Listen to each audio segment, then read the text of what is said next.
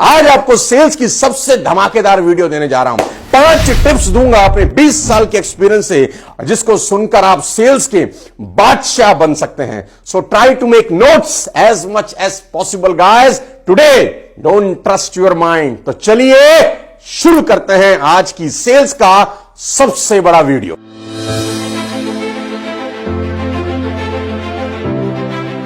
Sales tip number 1, always sell relevant product. जी हां, always sell relevant product, that's called need analysis. Guys, ये बात समझना बेहद जरूरी है किसी भी सेल्समैन को कि आप बाजार में माल क्या बेचने निकले हैं। क्या आप वो माल बेच रहे हैं जो आपके पास है, या आप वो माल बेचना चाहते हैं जो कस्टमर की डिमांड है। दोनों में बहुत फर्क है। एक कहानी आपको सुनाता हूं। एक महिला लाल किले से तोता खरीद के लाई। ध्यान से सुनिएगा, आपको फंडा क्लियर हो जाएगा कि नीड एनालिसिस किसको बोलते हैं।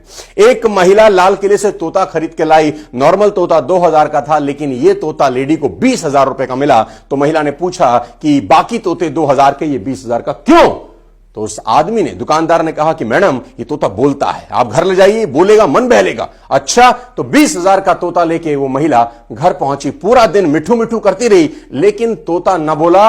अगले दिन गुस्से में दुकानदार के पास गई और बोली, आपका तोता बोलता नहीं, आपने हमें ठग लिया। बोला, नहीं मैडम, बात ऐसी है कि यहां बड़े पिंजरे में था, आपका पिंजरा छोटा है, तोते को अच्छा नहीं लग रहा, फील नहीं आ रहा, आप बड़ा पिंजरा खरीदिए। अच्छा, बड़ा पिंजरा खरीदा और तोते को बड़े पिंजरे में डाल दिया। पूरा दिन वो महिला मिठू मियां करती रही, लेकिन तोता ना बोला।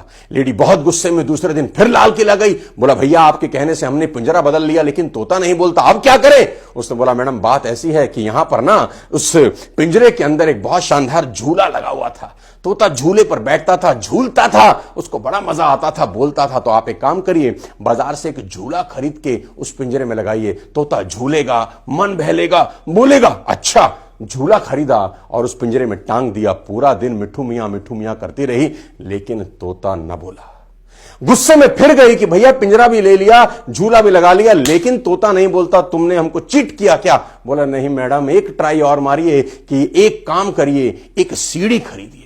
तोते को ऊपर नीचे होने की बड़ी आदत होती है। एक बार सीढ़ी लगाएंगी, ऊपर नीचे होगा, मन बहलेगा, जरूर बोलेगा, ट्राई करिए। अच्छा जी, सीढ़ी खरीदी, अब की पिंजरे में सीढ़ी लगाई गई। पूरा दिन निकल गया और तोता ना मिला। फाइनली वो लेडी गुस्से में अगले दिन लाल किला पहुंची। दुकानदार ने महिला को आते हुए देखा, बड़ी खुशी के साथ पूछा, क्या तोता बोला? बोला, जरूर बोला, लेकिन बोलते बोलते ही मर गया। मर गया? हां।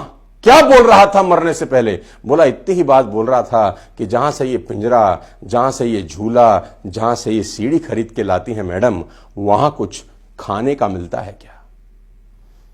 Guys, that's called need analysis. आप माल वो कभी मत बेचिए जो आपके पास है। जी हां, माल वो बेचिए जो सामने वाले की जरूरत है।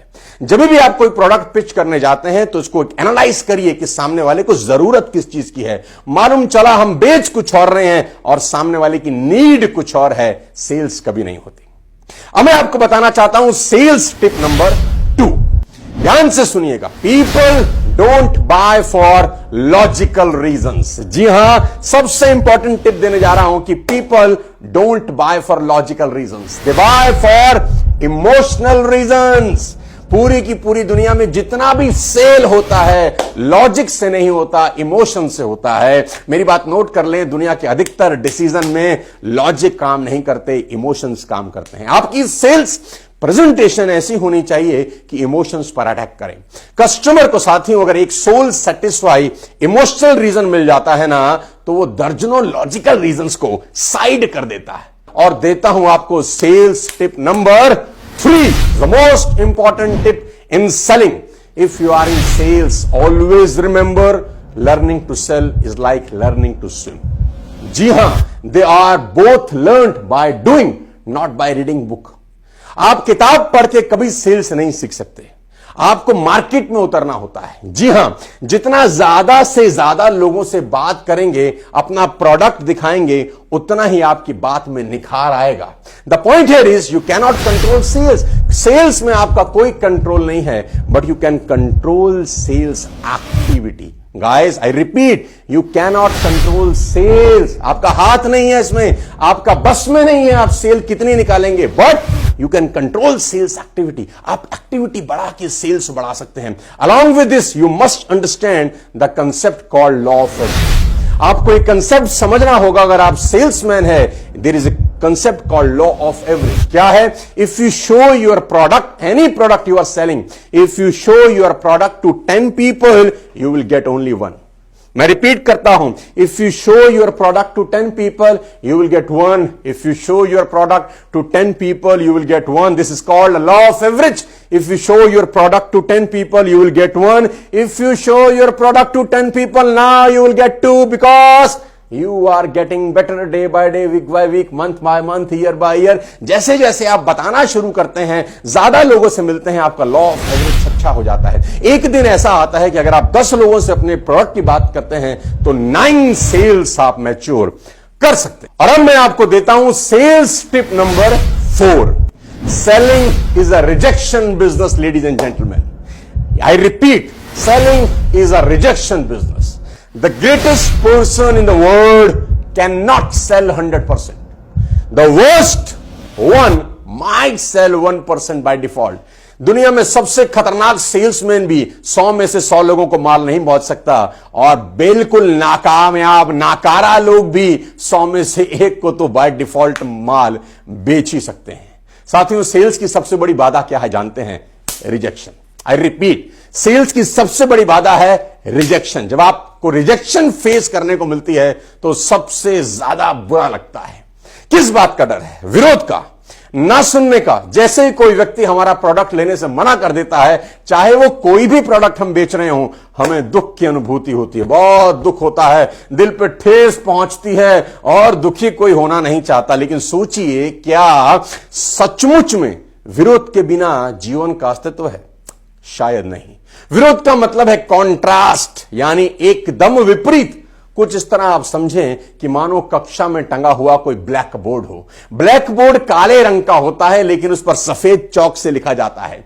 यही तो कॉन्ट्रास्ट है। सफेद रंग के बोर्ड पर सफेद इंक से लिख तो सकते हैं, पर पढ़ नहीं सकते। और लिखा तो इसीलिए जाता है साथियों, ताकि पढ़ा जा सके, नहीं तो लिखने का मतलब ही क्या है। इसलिए यदि लिखे को पढ़ा जाना जरूरी है तो कॉन्ट्रास्ट जरूरी है। इसी तरह जीवन को आगे बढ़ाना है तो विरोध जरूरी है। इस बात को अपने जहन में अच्छी तरह से उतार लें कि sales is a rejection job, और किसी व्यक्ति की ना को कभी पर्सनली ना ले।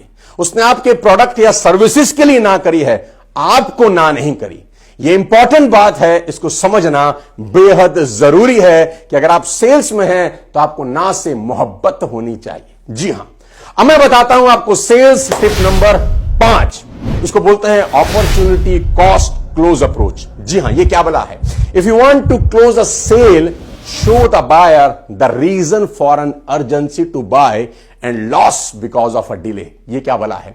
अगर आप कोई भी माल बेचना चाहते हैं तो माल खरीदने से जो फायदा हो रहा है उसको बताने की बजाय आपको माल ना खरीदने से उसका क्या नुकसान हो सकता है, इसके बारे में चर्चा करें। जी हां, उसको बताएं प्रोडक्ट खरीदने की कीमत तो बहुत कम है मेरे भाई, पर ना खरीदने की कीमत बहुत ज्यादा हो सकती है। Remember my words, people buy for 2 reasons. Number 1, either to gain a profit और टू अवॉइड लॉस।